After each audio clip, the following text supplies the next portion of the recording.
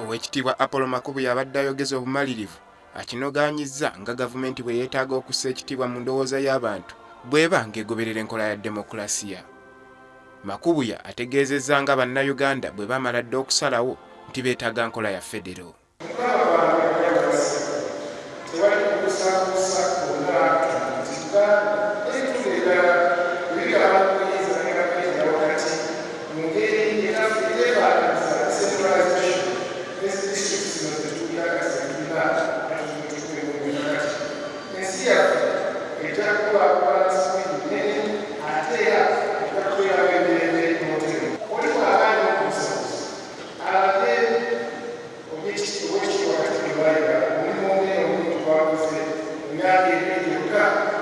Makubuya ategeezezza nga bwe kiba eky'obulyazaamaanya obutagondera nsalawo y'abantu.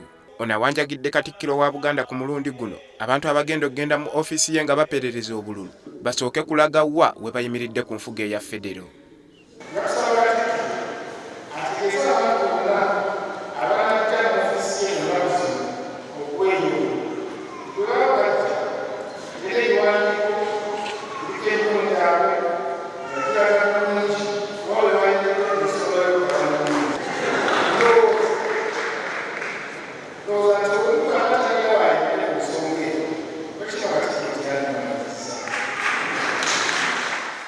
Ow'ekitiibwa Makubuya atangaazizza nga Buganda bw'esobodde okwetuusaako ebimu kyokka nga teserooza wadde omusolo, n'ategeeza nga Buganda bw'esobola okuyitimuka singa efuna federo.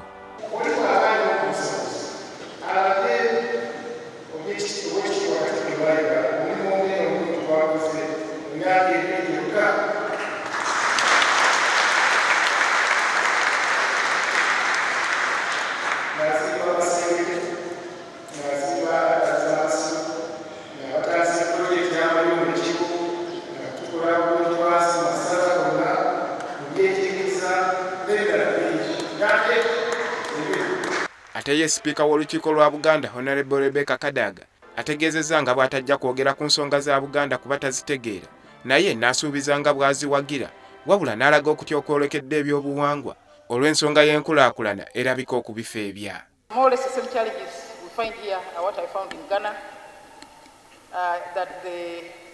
The traditions and the modernity are not quite working together, and that we need to do more as leaders to ensure that we build that bridge, because the traditions, our traditional lives were there before the white man came, so we cannot just snuff them out.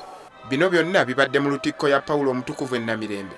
Ow'ekitiibwa Apollo Nelson Makubuya gy'abadde ategese okusaba wamu n'okwebaza Katonda olwa Ssaabasajja okusima n'amuwa obuvunaanyizibwa bw'okubeera omumyuuka wa Katikiro ow'okusatu owa Buganda. Ye Katikiro Charles Peter Mayiga mu kwogera kwe asabye abantu abazze okwebalizaako Makubuya nga bwe bateekeddwa okumukwasizaako asobole okuddukanya bulungi emirimu gye. Okusaba kwetabiddwako ebikonge eby'enjawulo omuli n'abagereka wa Buganda Sylvia Najjinda, abalangira n'abambejja, bakatikkiro abaawummula, baminisita ba Buganda, bannabyabufuzi ab'enjawulo omuli n'abeesimbyewo ku bukulembeze bw'eggwanga John Patrick Amama Mbabazi ne Dr. Kiza Besigye n'abantu abalala bangi. Andrew Kagwa, WBS TV, ku lutikko ennamirembe.